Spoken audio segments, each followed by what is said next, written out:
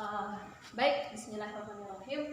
Assalamualaikum warahmatullahi wabarakatuh. Selamat siang Bapak Ibu semuanya. Siap, Bu. Mohon maaf dipakai waktunya lagi. Dalam kesempatan kali ini izinkan saya ingin berbagi apa yang sudah saya dapatkan di program Guru Penggerak. Bersyukur kepada Allah pada hari ini kita bisa berkumpul di sekolah yang kita cintai ini. Selanjutnya selawat beserta salam kita sampaikan kepada Rasulullah SAW dengan ucapan doa Allahumma sholli ala Muhammad wa ala ali Muhammad. Bapak Ibu kelihatan slide-nya? Kelihatan ya. Jadi salam dan bahagia Bapak Ibu semuanya. Kali ini kita mau mempresentasikan tentang budaya positif. Nah, mungkin Bapak dan Ibu sudah mengetahui atau mengingat apa sih itu budaya positif. Kalau budaya itu apa itu, Bu Rina ya? Budaya berarti suatu kebiasaan. Nah, yang diharapkan apa? Di sekolah kita ini nanti terbentuk budaya positif. Jadi kebiasaan-kebiasaan yang positif. Nah, sebagai pertanyaan pemantiknya, coba Bapak Ibu renungkan pertanyaan ini. Hukuman dapat mendisiplinkan anak. Setuju apa tidak? Setuju. Hukuman dapat mendisiplinkan anak. Ada yang mengatakan setuju, ada yang tidak setuju? Setuju ya Pak ya. Nanti kita akan diskusi nih apakah memang hukuman ini memang dapat mendisiplinkan anak atau justru sebaliknya. Selanjutnya, pemberian hukuman dengan hal positif seperti membaca atau membersihkan halaman sekolah dapat meningkatkan disiplin anak. Bagaimana itu Bapak Ibu? Setuju juga? Oke, kita lanjutkan yang ketiga, memberi penghargaan dapat meningkatkan motivasi belajar anak. Setuju. Nah, ini yang akan kita bahas. Apakah ini memang betul-betul benar atau tidak? Nah, inilah dia. Nanti Bapak dan Ibu di akhir dari sesi ini akan mengetahui jawaban yang sebenarnya apa. Jadi kita akan melihat disiplin positif dan nilai-nilai kebijakan universal. Nah, di sini saya ada secari kertas. Mungkin Bapak Ibu bisa menuliskan barang atau nama barang atau nama sesuatu yang berharga bagi Bapak dan Ibu. Ada secari kertas berharga. Silahkan dituliskan di kertas itu nama barang atau sesuatu yang berharga bagi Bapak Ibu. Sudah?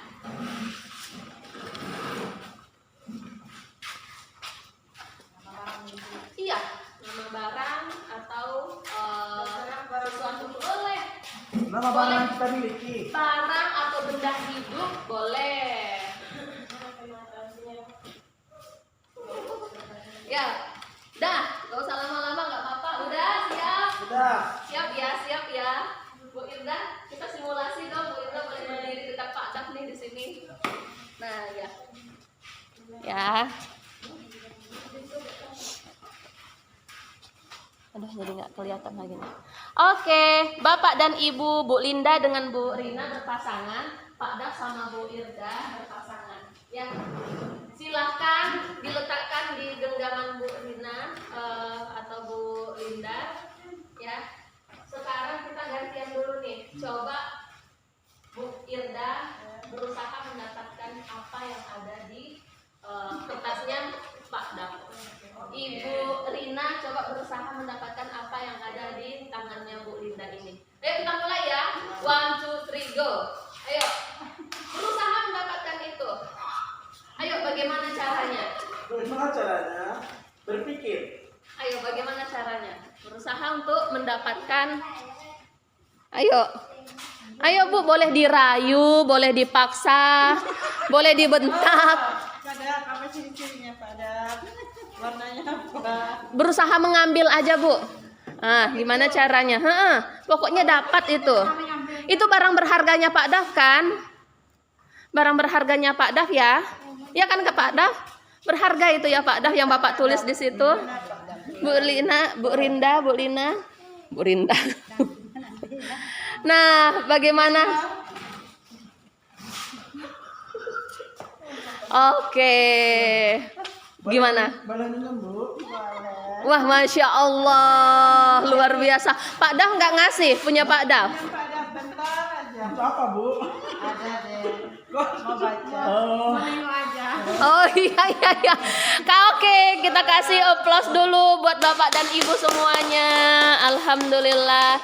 Jadi Bapak Ibu, Pak Daf, tadi Pak Daf ya. Kenapa Pak Daf langsung bisa Bu Irda? Kenapa Bu Irda tadi langsung ngasih nih barangnya Bu Irda ke Pak Daf? Ya karena biar diketahui oleh Pak Daf misal apa isinya. Oh iya. Atau Bu Irda merasa kasihan sama Pak Daf? Enggak juga. Enggak juga. Kalau Pak Daf tadi sepertinya masih menahan-nahan, nggak mau gitu. Kurang percaya ngasih sesuatu yang berharga sama Ibu Irda. Masya Allah. Tapi akhirnya Bapak lepaskan itu barang berharga. Mungkin karena Ibu Irda membujuk dengan rayuan menguatkan saya, Bu. Masya Allah. Saya bisa memegang itu kan. Oh iya iya. Sekarang coba dilihat apa yang ditulis Bu Irda, Pak. Buku. Buku. Oke. Bu Irda apa? The Prisel barang berharganya adalah tas. Masya Allah. Iya, kalau Bu Rina apa? Bu Linda apa? Handphone. Handphone, Bu Rina. Handphone. Wah, seide ya. Jadi Bapak Ibu, jadi sebenarnya apa maksudnya? Coba Bapak Ibu perhatikan. Ya. Bu Irda ngasih, Pak Dah ngasih. Pada akhirnya apa kalau handphone gimana? Bagaimana kalau itu adalah emas? Bagaimana Kak? Pokoknya berharga. Siapa yang mengendalikan kontrol kita? Kontrol itu berada di tangan siapa? Siapa yang memegang atau yang meminta? Yang memegang. Awalnya tadi Pak Dah nggak mau ngasih. Tapi karena bujuk rayuan dan meyakinkan, terakhir memberikan. Jadi kuncinya adalah kontrol itu ada pada diri kita. Ya, jangan sampai orang yang tergantung pikiran kita, apakah kita mau memberi atau tidaknya. Jadi kontrol itu berada pada diri kita. Oke, kita lanjutkan Bapak Ibu.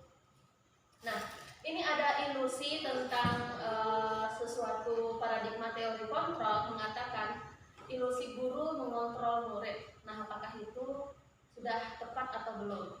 Kemudian kita lihat di sini stimulus respon dan teori kontrol atau pilihan. Bapak Ibu, kita lihat di sini ya yang nomor 1. Kita mencoba mengubah orang agar berpandangan sama dengan kita.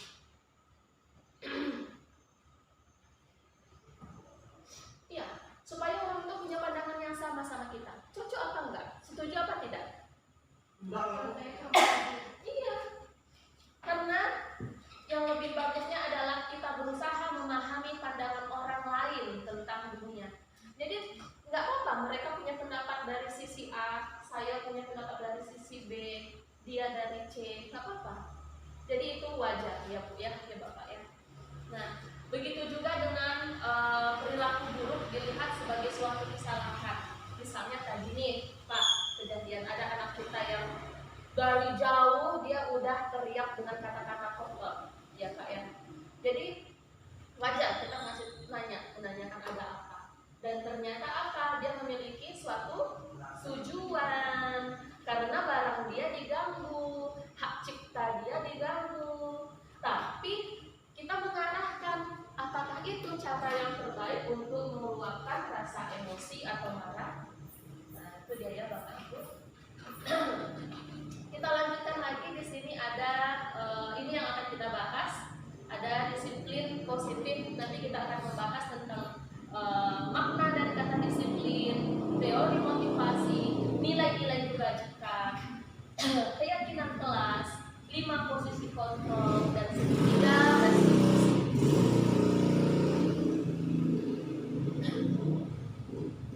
Nah, disiplin itu apa setahu Bapak dan Ibu?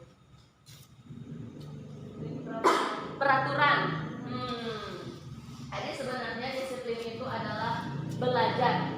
Jadi belajar bagaimana kita mengikuti apa yang kita yakini, begitu. Nah, ini nilai-nilai kebajikan universal. Di dalam pembelajaran sekarang, Bapak Ibu, yang diminta adalah kita lebih ke karakter anak-anak. Itu memang berat sekali, Pak, apanya PR-nya itu, tugas kita itu. Bagaimana kita menumbuhkan karakter yang baik pada anak. Jadi di sini kita lebih menekankan pada karakter profil pelajar Pancasila. Itu ada 6. Beriman kepada Tuhan Yang Maha Esa dan berakhlak mulia. Lalu ada berkebinekaan global, gotong royong, mandiri, kreatif, dan bernalar kritis. Ya. Jadi kita harapkan setiap kali apa yang kita lakukan bertujuan untuk memperbaiki karakter anak. Selanjutnya ada teori motivasi, hukuman, dan penghargaan serta restitusi. Nah, Pak, tadi kan apa yang di awal tadi memberikan hukuman itu untuk mendisiplinkan anak. Saya minta Bu Linda ngasih pendapat kenapa sih setuju tadi hukuman itu untuk mendisiplinkan anak.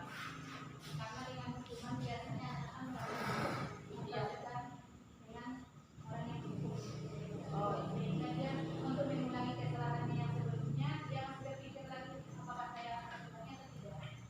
Karena kalau saya ulangi pasti ada hukumannya ini. Iya, betul sekali, Bu. Terima kasih di applause tuh Bu Linda. Jadi memberikan hukuman diharapkan supaya anak-anak takut kalau melanggar nanti ada akibatnya, ada hukumannya. Apakah itu takut itu terus dia mengikuti peraturan itu akan ada motivasi internal atau eksternal? Motivasi, dorongan dia mengikuti peraturan-peraturan kita itu dari dalam dirinya atau dari luar? Internal atau eksternal gitu kalau untuk itu? Karena takut dihukum. Dua kemungkinan itu, Bu. Mungkin kalau di luar orang tuanya tahu kan kalau seandainya dia masih dihukum atau gimana itu kan dia keluarga menambahkan atau mungkin tambah lagi hukumannya gitu. Kalau dari di sini dari sekolah mungkin merasa bisa jadi dia malu kan kalau dia buat masalah dihukum lagi, dosa lagi dihukum lagi. Nah, Motivasi eksternal. Jadi Bapak Ibu, kita selama ini memberikan peraturan, memberikan hukuman malah bukan zaman dahulu. Beberapa tahun belakang kemarin ini kita masih memberi hukuman kepada anak tentang fisiknya begitu. Lalu kalau dia melanggar nanti karena dia takut untuk melanggar, makanya dia mengikuti peraturan. Itu adalah motivasi eksternal supaya tidak kena hukum, supaya tidak ketahuan orang tuanya dia melanggar. Nah, yang sebaiknya yang kita lakukan adalah menimbulkan motivasi internal dari dalam diri anak itu. Jadi ada kesadaran dia melewati keyakinan kelas itu, ada kesadaran dirinya untuk tidak lewat dari hal-hal yang sudah disepakati. Nah, ini dia. Jadi yang terbaik itu adalah yang ketiga ini. Untuk menghargai diri sendiri, saya akan menjadi orang yang seperti apa bila saya melakukannya. Itulah motivasi internal. Kalau dari eksternal dia dari luar. Apa yang terjadi apabila saya tidak melakukannya? Oh, nanti saya kena setrap di lapangan, disuruh berdiri di panas hari. Nah, itu berarti motivasi eksternal. Nah, hukuman sama penghargaan boleh nggak kita lakukan di sekolah ini?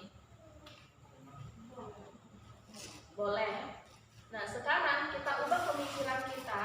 Hukuman itu kita ganti menjadi konsekuensi. Apa nanti beda hukuman sama konsekuensi akan kita lihat. Lalu penghargaan. Pernah nggak Bapak Ibu di kelas, siapa yang bisa menjawab ini nanti Ibu kasih hadiah? Pernah ya, saya juga pernah. Kita kasih barang.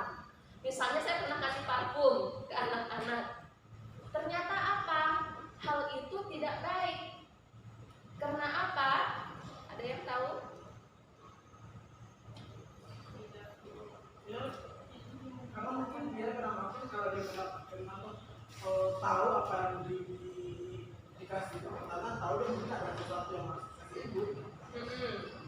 Iya, akan jadi apa namanya perlombaan yang tidak sehat, kemudian juga iri hati, meningkatkan rasa perbedaan begitu. Lalu bagaimana penghargaan yang seharusnya kita berikan adalah melalui ujaran dan sikap kita.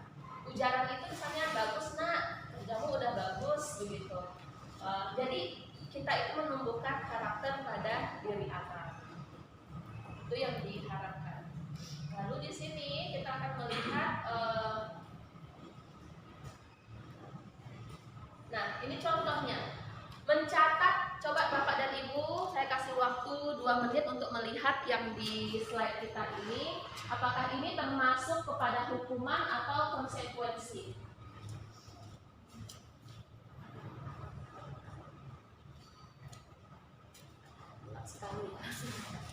Hukuman atau konsekuensi Bapak dan Ibu. Yang pertama, mencatat 100 kali di dalam buku kalimat saya tidak akan terlambat lagi karena terlambat ke sekolah.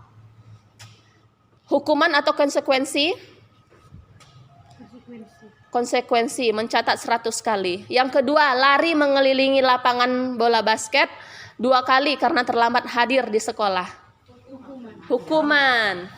Murid diminta untuk push up 15 kali karena tidak menggunakan masker ke sekolah. Hukuman, menggantikan kertas tugas teman yang telah dicoret-coret.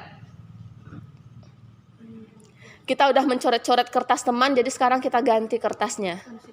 Konsekuensi, membersihkan tumpahan air di meja tulis karena tersenggol pada saat belajar.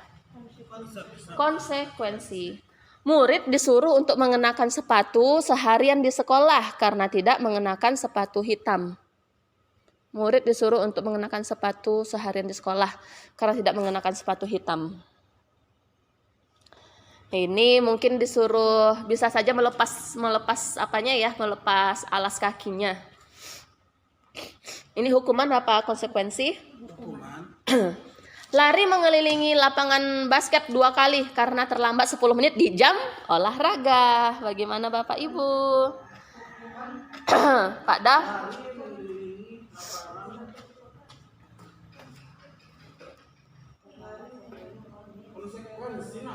Konsekuensi. Oke, terima kasih Bapak dan Ibu. Kita lihat di sini. Nah, jadi mencatat 100 kali itu apa sih dampaknya bagi anak? Capek ya Mada ya? Capek, Bosan. Terus lari mengelilingi itu tadi udah sama, membersihkan itu juga udah. Yang terakhir lagi, lari mengelilingi lapangan di jam olahraga. Betul kata Pak Dam? Konsekuensi. Karena ini di jam olahraga Bapak Ibu ya. Lalu apa sih bedanya hukuman sama konsekuensi? Hukuman sesuatu yang menyakitkan harus terjadi. Jalan bebek, lari, malah ada guru yang mempermalukan murid ya. Kemudian konsekuensi itu adalah sesuatu harus terjadi. Apa? Perubahan karakternya menjadi lebih baik. Kalau hukuman itu menyakiti fisik, membenci kedisiplinan, paksaan. Tapi kalau konsekuensi itu membuat anak merasa tidak nyaman dalam jangka waktu pendek. Jadi singkatnya begini Bapak Ibu. Hukuman itu kita sudah tahu menyakiti fisik kita. Tapi kalau yang konsekuensi itu adalah ada kesepakatan kita dahulu. Anak-anak di sekolah ini kita harus bagaimana?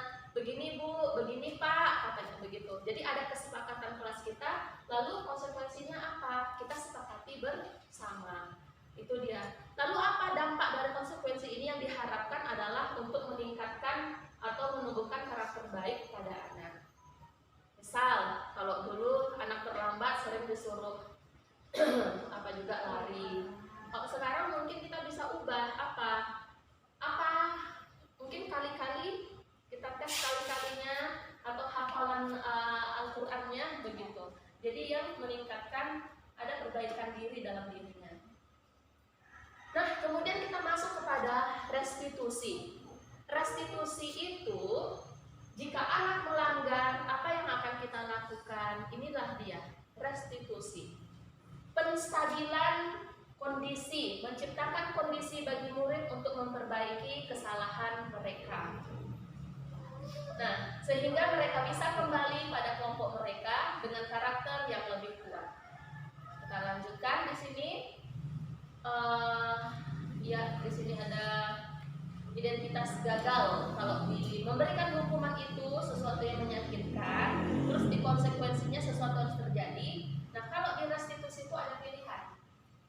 Singkatnya begini Bapak Ibu, realitanya ya, contoh konkretnya kemarin ada anak murid kita yang tidak sengaja memasukkan bola ketika guru ada tamu. Lalu itu ceritanya tidak sengaja, apalagi kalau yang sengaja ya Bapak Ibu. Kita panggil dia, kita lakukan nanti restitusi. Nah, restitusi ini dilakukan satu orang, jangan nanti semua orang dipanggil sekali bersamaan, tidak, tapi satu per satu. Apa ciri-ciri restitusi ini? Restitusi ini bukan untuk menebus kesalahan, namun untuk belajar dari kesalahan. Lalu ada supaya dia memperbaiki hubungan dan fokusnya adalah untuk mencari solusi. Kalau ada buku teman yang dicoret-coret, apa tadi konsekuensinya Bapak Ibu? Kita kasih gantinya ya. Kalau ada misalnya baju apa namanya? Kalau misalnya barang anak yang hilang, ada barang teman yang hilang, apa konsekuensinya? Ya betul sekali, harus menggantinya. Nah, selanjutnya ini keyakinan kelas. Selama ini kita mengenalnya kata peraturan. Jadi peraturan itu dia cenderung dari sepihak. Sekolah menetapkan peraturannya dari A sampai Z. Sekarang kita ubah bagaimana keyakinan kelas kita bentuk, yaitu dari kesepakatan kelas yang kita bikin. Kita kumpulkan anak, kita melihat visi misi sekolah bagaimana, lalu apa yang harus kita timbulkan, apa yang harus kita sepakati untuk mewujudkan visi tersebut.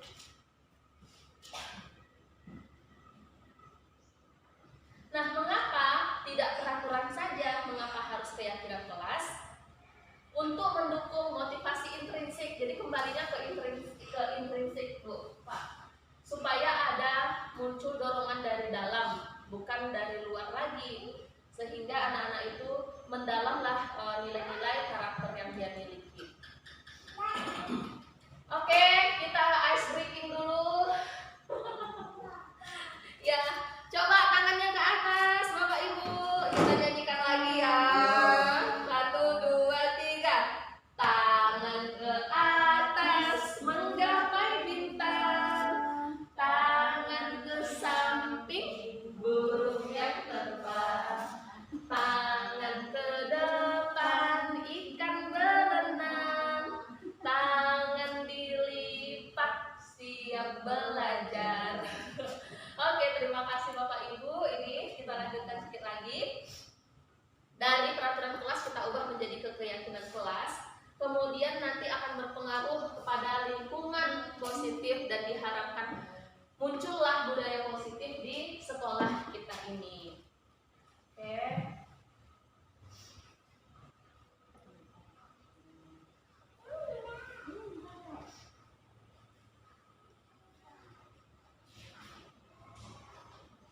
Ini tadi ada yang sudah di hide tapi tiba-tiba muncul lagi.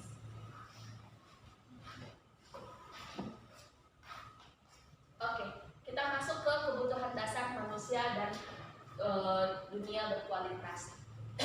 Apa sih? Coba Bapak Ibu sebutkan kebutuhan yang kita butuhkan. Apa hal yang kita butuhkan sebagai seorang manusia? Bu Ira, boleh di sini duduk. Ya, jadi kebutuhan dasar hal yang kita butuhkan dalam kehidupan ini diantaranya adalah kasih sayang, apalagi Bapak Ibu, perhatian, ya di situ masuk kasih sayang dan rasa diterima. Lalu ada kesenangan, kebebasan, lalu juga ada penguasaan dan bertahan hidup. Bertahan hidup di sini, disitulah dia sandang pangan dan papan. Manusia tanpa sandang pangan dan papan, sandang pangan ya, sandang pangan papan itu hal yang utama dibutuhkan. Anak-anak kita ada yang merasa ngantuk di kelas, ada yang cuek, ada yang macam-macam. Jadi dia memang butuh perhatian, butuh kasih sayang. Jadi itulah tugas kita, melihat lebih mendalam tentang anak didik kita. Kita masuk pada 5 posisi kontrol. Ini Bapak Ibu, saya mengulangi lagi 5 posisi kontrol. Yang pertama adalah orang yang penghukum. Jadi kita guru ini, posisi yang pertama bisa dilihat di sini ada penghukum. Penghukum berarti sedikit-sedikit kasih hukuman, begitu ya. Lalu apa dampaknya pada murid?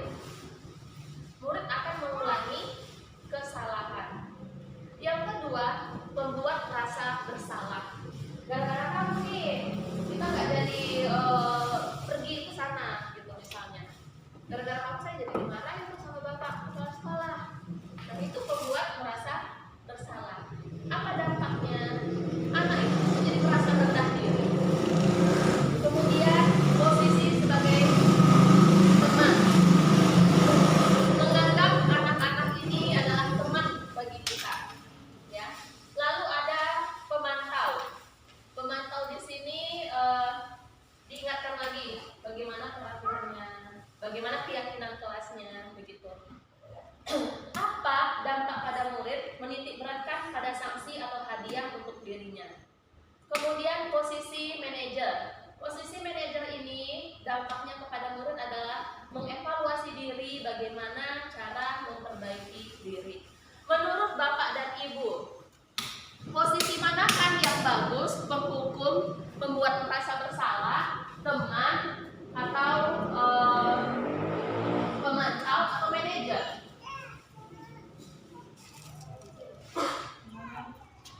Dari 5 posisi, ada penghukum, membuat merasa bersalah, pemantau, teman, sama manajer. Mana yang bagus posisi kita sebagai guru ini?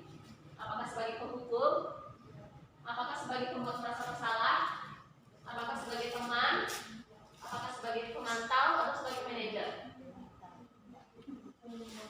Nah, ada yang mengatakan teman, ya, ada yang mengatakan apa lagi? Pemantau. Kalau kita sebagai teman, dampak pada muridnya adalah anak-anak murid itu menjadi lemah, tidak mandiri dan tergantung. Tapi kita coba perhatikan, kita ini sebagai guru harus menyesuaikan. Kita bisa menjadi teman, malah harus menjadi teman, tapi juga ada sifat kepemimpinan kita, itulah yang sebagai manajer. Kalau kita sebagai penghukum, tadi udah ada dampaknya dikasih tahu. Kalau teman, saya pribadi, apalagi kalau dengan anak di rumah, itu sering ngambil posisi pembuat merasa bersalah. Aduh, jadi harus kita perbaiki lagi posisi kita.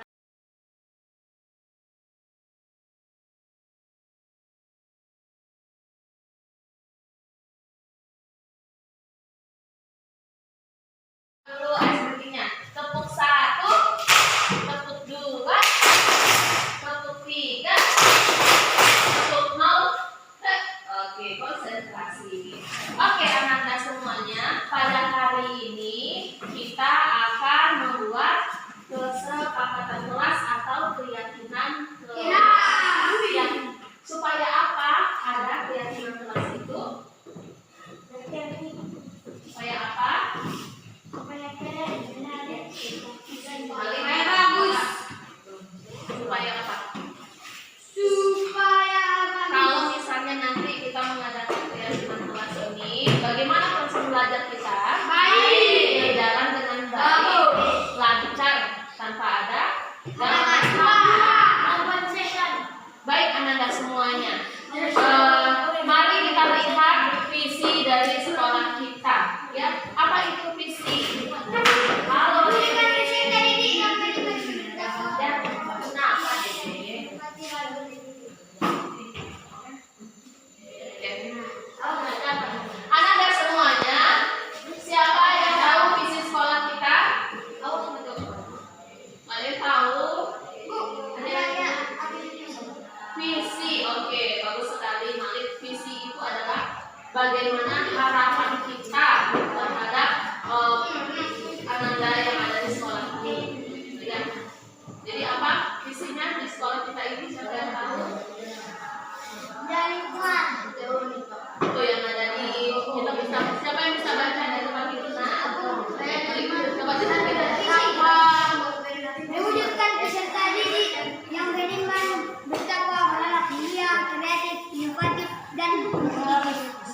Ya, terima kasih. Give applause to Mali. Give applause.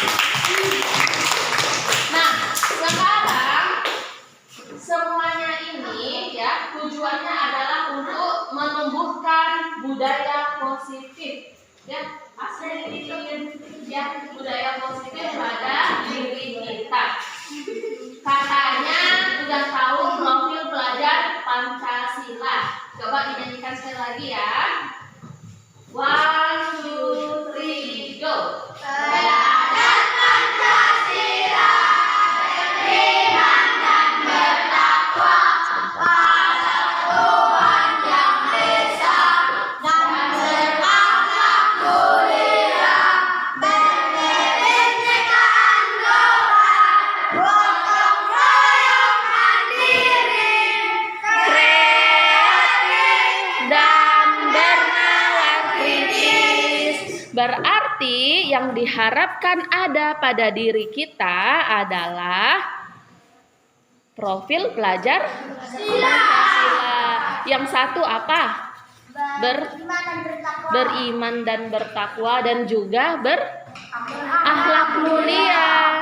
Nah, kemudian ada berkebinekaan global.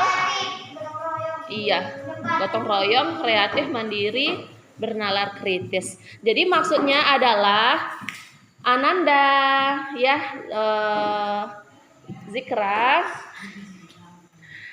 Sekarang kita coba pikirkan ya, kita mau membuat kesepakatan kelas. Kesepakatan kelas ini coba dikeluarkan dulu bukunya sama pulpennya ya.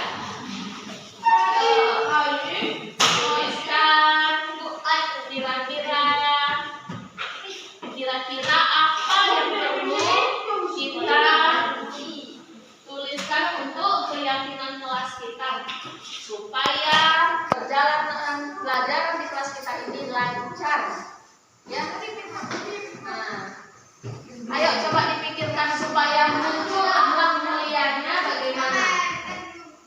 Nanti setelah kita membuat keyakinan kelas ini, halo Ananda semuanya, kalau perhatikan, halo, tepuk satu, oke, tepuk satu. Nah, setelah kita membuat keyakinan kelas, kita diskusikan bersama nanti, ya, kita akan diskusi. Kemudian kalau sudah disetujui semuanya, akan kita diskusikan di ya, kita tempelkan nanti di dinding kelas kita dan juga akan ditandatangani bersama. Kita tanda tangani bersama ya, berarti tanda kita setuju. Oke, sekarang silakan Ibu kasih waktunya berapa menit? 10 menit? Ya, cukup 10 menit kan? Ya, 10 menit untuk menuliskan kesepakatan atau keyakinan kelas kita. Oke, silakan. Sebanyak-banyaknya yang Ananda tuliskan. Terima kasih.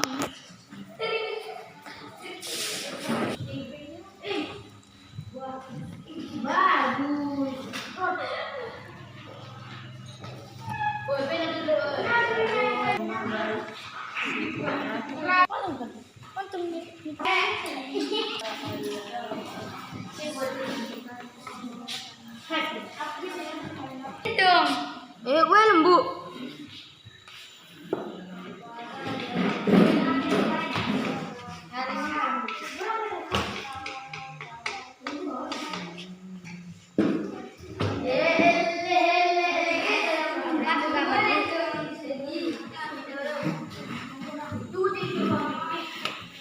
Kau ditutup.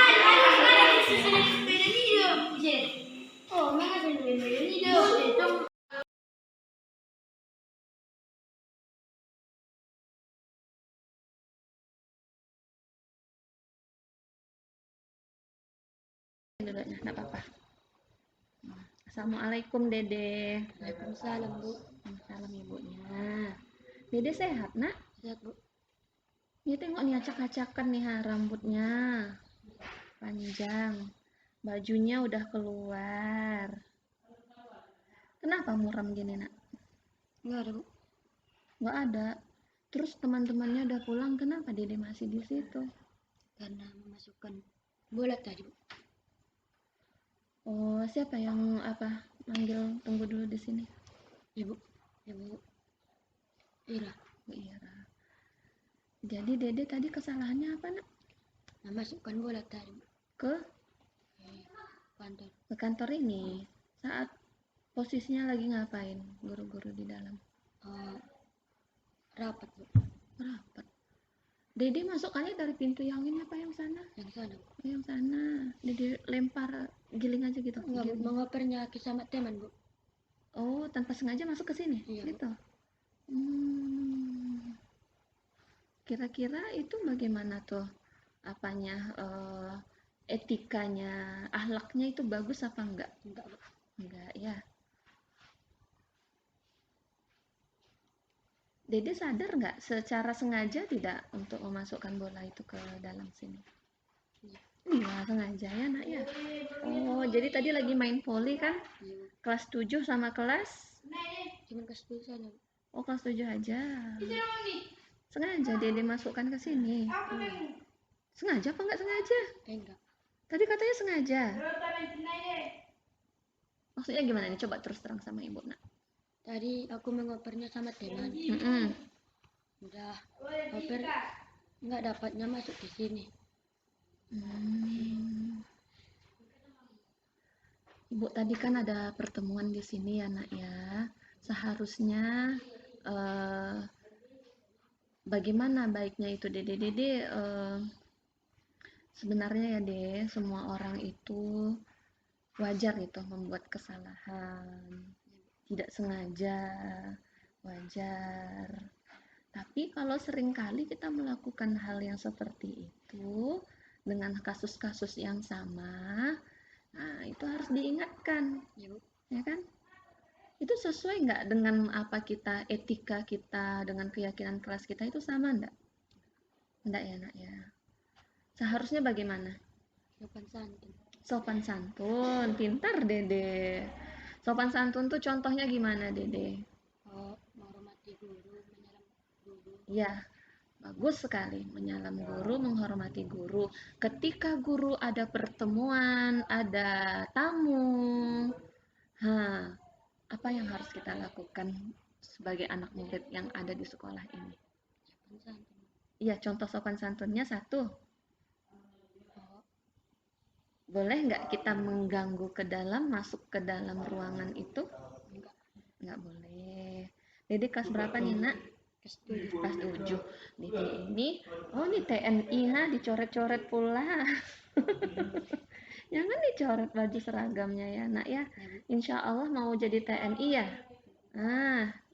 Ini udah ganteng, udah tinggi. Etikanya, akhlaknya harus kita perbaiki. Ya, Bu. Tadi kan nak, sebenarnya main volley itu sesuai apa enggak tuh? Kalau lagi ada tamu, di jam olahraga apa enggak tuh? Enggak di jam olahraga, main volley. Terus bunyi-bunyi sampai ke seng apa ini sekolah ini. Gurunya ada pertemuan di sini nak. Apa yang harus Dede perbaiki kalau kayak gitu nak? Mengulangi lagi. Nggak mengulangi lagi. Guru itu kan selalu ada di kantor ini ya. Jadi kalau gurunya selalu ada di kantor ini dan anak-anak juga akan sering bermain voli, maka main volinya dengan cara apa? Bicara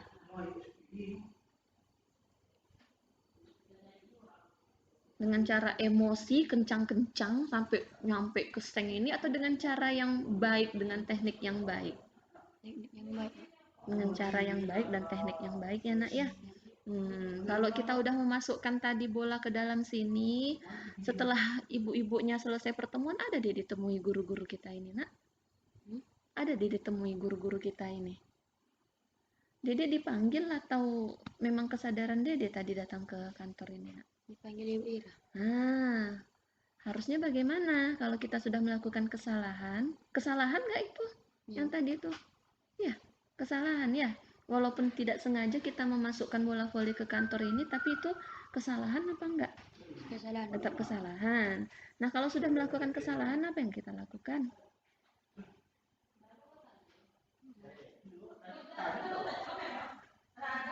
maaf Minta maaf. Sama siapa kita minta maafnya? sama guru. Sama guru, semua guru yang ada di sini.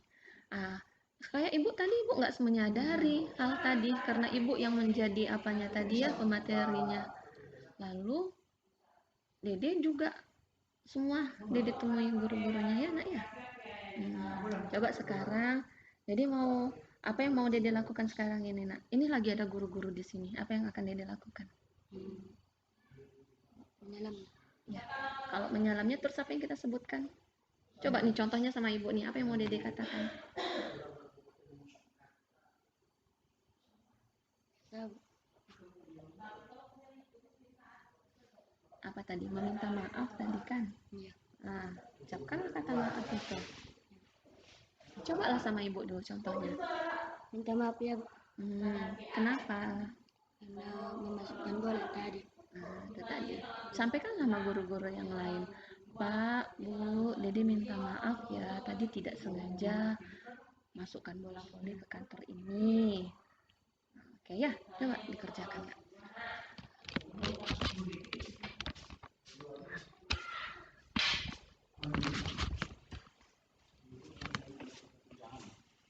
Bu, minta maaf Hah? memasukkan bola tadi. Kemana? Minta maaf. Minta maaf gitu aja, apa disalam Bapak Ibu gurunya? Besok. Yuk. Tengok-tengok, lihat-lihat. Kau lagi ada tamu. Ada guru-guru kumpul di sini. Hindari dulu main-main tuh. Bapak sama kan nggak pernah larang kamu main kan? Nggak ada Bapak larang kan? Jadi perhatikan. Lihat-lihat juga situasi kondisinya. Berarti kita lagi ada tamu kan? Tamu masuk nyelonong main bola kan? Jadi seolah kita nggak ada menghargai orang. Nah, dengar Dede itu? Disalam gurunya nak. Bapaknya. Kalau dia memang verbal ya, ya.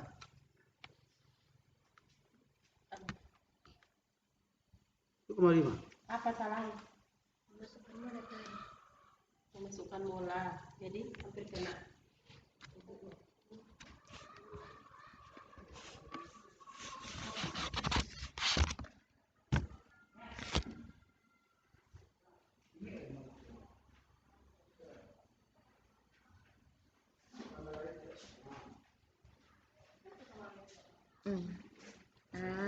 Dede, tadi Dede udah minta maaf ya sama Bapak Ibu guru. Gimana perasaan Dede sekarang nak? Nyaman. Nyaman ya? Tadi waktu dipanggil Bu Ira gimana perasaannya? Kaget Bu. Kaget. Kaget kenapa ya? Kenapa saya dipanggil gitu ya nak? Iya. Nah, sekarang udah kita selesaikan. Tadi pesannya Bapak Kepala juga dilihat. Kalau kita lagi ada tamu, ya, nah, dihentikan dulu permainannya. Jangan mengganggu ya nak ya. Ya, berjanji dalam diri juga sama Allah. Ini bukan cuma saat ini aja, tapi untuk kedepannya. Betul itu nak, diajak teman-temannya. Ada tamu, kawan, ada bapak ibu guru, rapat. Kita harus menjaga ketenangan. Ya, jadi ya, mudah-mudahan menjadi anak yang berhasil nih dengan etika yang baik. Bajunya dimasukkan lagi ya. Nah, terima kasih Dede. Assalamualaikum. Waalaikumsalam Bu.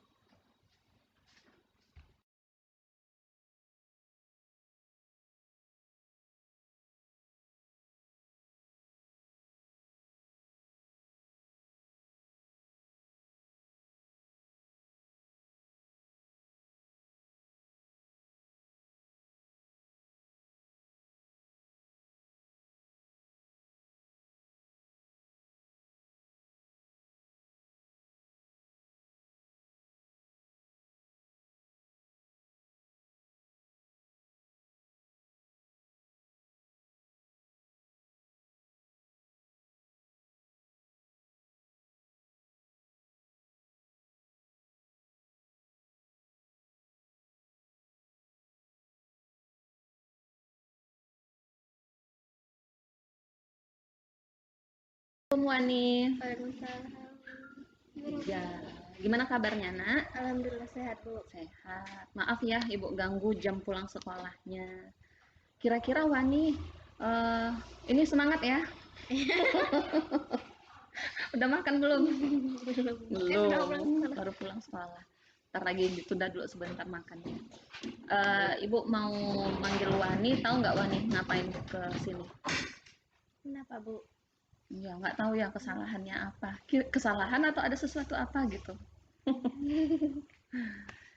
Ya, Wani, Ibu lihat di kelas, di pelajaran Ibu, dan Ibu juga dengar dari Bapak Ibu yang lain ya, bahwasannya kelas 9 itu sering kali malas-malasan di kelas. Nah, ini termasuk Wani nih. Kenapa Bu, Wani aja ini panggil, ya nggak? Nanti dari Wani bisa nyampein sama teman-teman. Nah, kayak mana kira-kira sikap Wani di kelas? Cuek, pemalas, yang nggak mau belajar gitu. Ada rasa ngantuk nggak di kelas? Ada pasti. Ada rasa ngantuknya di kelas ya. Nah, biasa itu nak. Ibu juga dulu waktu di sekolahan emang pernah. Ibu juga kan ngenyam pendidikan dari SD juga kan ya. Malas-malesan kita, bosan, terus kurang bersemangat di dalam pembelajaran itu hal yang biasa. Tapi kalau kita lama-lama seperti itu, kita akan terbawa terus rasa malasnya, nak. Kemudian kita jadi malas belajar dan akhirnya apa? Kalau kita malas belajar, kita tidak mengetahui apa-apa kan? Karena ibu mau tahu nih, pasti ada alasannya Wani kenapa sering ngantuk, kenapa malas-malasan. Nah, sering ngantuk nih. Kenapa kalau Wani ini sering ngantuk di kelas? Karena keseringan main HP di malam hari, sampai begadang gitu. Main HP. Jam berapa main HP-nya, nak? Dari maghrib sampai nanti jam 11, jam 1. Dari maghrib sampai jam 1. Kadang-kadang ada tidur dulu ya. Kemarin ibu tanya katanya Iya, tidur ada. dulu. Tidur dulu sampai jam 10, bangun lagi jam baru main HP. Dan itu memang tujuannya memang benar-benar apa ya? Istilahnya tuh kalau bahasa apanya kecanduan. Iya. Ya kan? Kecanduan dengan melihat HP, TikTok apa segala macam begitu ya, nak ya. HP permasalahannya ya. Jadi akhirnya Wani tidurnya terganggu, ya kan, nak? Iya. Bangunnya jam berapa? Jam setengah 7. Setengah 7. Itu sholat subuhnya ada tuh? Ada Ah. sedikit-sedikit. Kadang-kadang. Iya. Jadi nanti coba kita perbaiki hal yang kayak gitu ya, nak ya. Nah, itu tadi alasannya karena main HP, terus jam tidurnya terganggu. Itu sesuai enggak dengan kesepakatan kelas kita, nak? Enggak. Yang mana itu yang nggak cocoknya itu? Yang nggak cocoknya itu yang Apa tidak? Kayak mana itu kesepakatan kelas kita yang mana? Harusnya dalam belajar itu bagaimana, nak? semangat,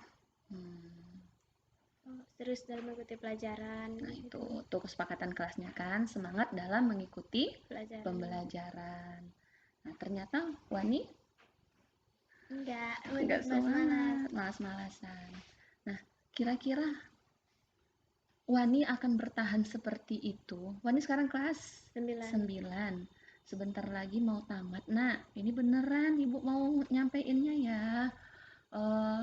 Mau akan bertahan seperti itu atau mau berubah menjadi lebih baik? Berubah menjadi lebih baik. Mau meninggalkan HP atau masih tetap main HP? Tetap masih main HP. Iya. Kenapa? Karena memang kesukaannya, kesenangannya di situ ya. Kalau biasa. Ibu suruh bilang hentikan main HP pasti nggak mau, Nggak ya bisa. kan? Nggak bisa, ya. Nah, Wani berarti punya HP sendiri, nak. Iya. Kalau gitu, Wani mau berubah ke arah yang lebih baik. Wani masih mau main HP. Masih. Nah, apa yang rasanya yang harusnya kita perbaiki? Kalau waktu main HP-nya, waktu tidurnya, supaya pas kalau bangun nggak kelamaan itu. Oke, baik. Sekarang kita coba bangun lebih awal, pulang sekolah, berarti mengatur waktu. Baiknya jam berapa nih? Maunya Wani jam berapa main HP-nya, nak? Jam 7 sampai jam 10. Jam 7 sampai 10 malam ya. Mm. Kalau kita bandingkan jam 7 sampai 10 malam atau jam 10 ke jam 2 malam, mana yang lebih baik? Yang lebih baik jam 7 sampai 10. 7 sampai 10. Dibolehkan. Dibolehkan kalau menurut Ibu kalau mau main HP di jam 7 sampai 10 itu enggak apa-apa lah. Tapi apa habis itu? Tidur nanti baru bangun jam 5. 5. Subuh. Setelah bangun jam 5 tuh ngapain kita? Ya itu sholat. Kan kalau saya lagi bantu kakak nanti bikin jualannya itu. Oh, pagi-pagi masaknya nih. Nah, pagi-pagi kita masak sebelum ke sekolah. Malam kita main HP, ya. Terus kalau untuk mengulang-ulang pembelajarannya itu baiknya jam berapa? Kalau saya biasanya saya habis pulang sekolah. Oh, gitu. Nah, kita bisa ambil kesimpulannya, Nak. Mau perbaiki ya. Iya. Ya, Wani Ibu minta tolong, Wani ajakin temannya, ada si Liza, ya kan? Ada si Sri, Dini juga, Dini. Pokoknya yang sering-sering malas-malesan di kelas itu karena ngantuk, itu pengaruh HP yang pertama kan. Iya. Jadi Ibu minta tolong berarti pulang sekolah ngapain? Atau menjelang sore itu boleh bermain dan sambil mengulang pembelajaran. Udah malam, udah sholat, baca Al-Quran, baru Tidur. main Main HP, HP. baru tidur. Tidur, ya Nak ya. Iya. Bangun pagi, sholat, baca Quran lagi. Ya, sholat 5 waktunya jangan ketinggalan, Wani ya. Ya, insya Allah. Mulai dari diri sendiri. Mohon kepada Allah supaya kita Nak, dibantu untuk memperbaiki kehidupan kita. Karena Wani, anak-anak perempuan Ibu ini yang rajin sebenarnya ini, pintar-pintar. Tapi pengaruh HP luar biasa sekarang. Ya Nak ya. Bisa kita coba ya, kita perbaiki pengaturan waktu kita. Iya. Ya Wani ya. Iya, Bu. Mudah-mudahan bisa dilaksanakan dengan baik. Terima kasih Wani, waktunya. Silahkan pulang, istirahat, makan, sholat jangan lupa. Iya. Ya, terima kasih ya. Assalamualaikum Wani.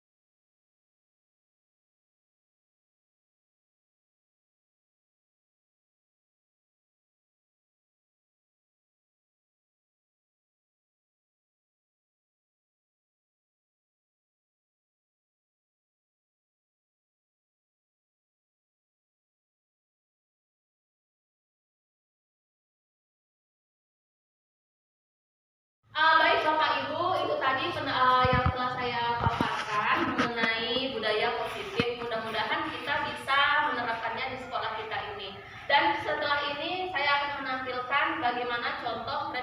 solusi yang telah saya terapkan di sekolah kita ini. Baik Bapak Ibu, ada pertanyaan? Ada Bu, Pak? Ada bertambah sedikit pengalamannya pada hari ini Bapak Ibu? Ya, Bu. Alhamdulillah. Mudah-mudahan walaupun sedikit menjadi amal yang bisa kita laksanakan secara berkelanjutan. Mohon maaf atas segala kekurangan dan kesalahan. Terima kasih yang sebanyak-banyaknya. Assalamualaikum warahmatullahi wabarakatuh. Waalaikumsalam warahmatullahi wabarakatuh.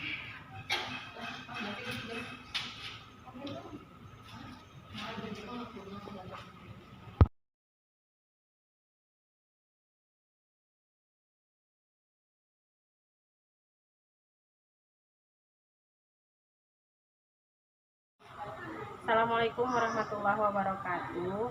Nama saya Irma Afriani, saya guru bahasa Indonesia di sekolah ini. Tadi saya sudah mendengarkan penjelasan dari Bu Amel tentang budaya positif.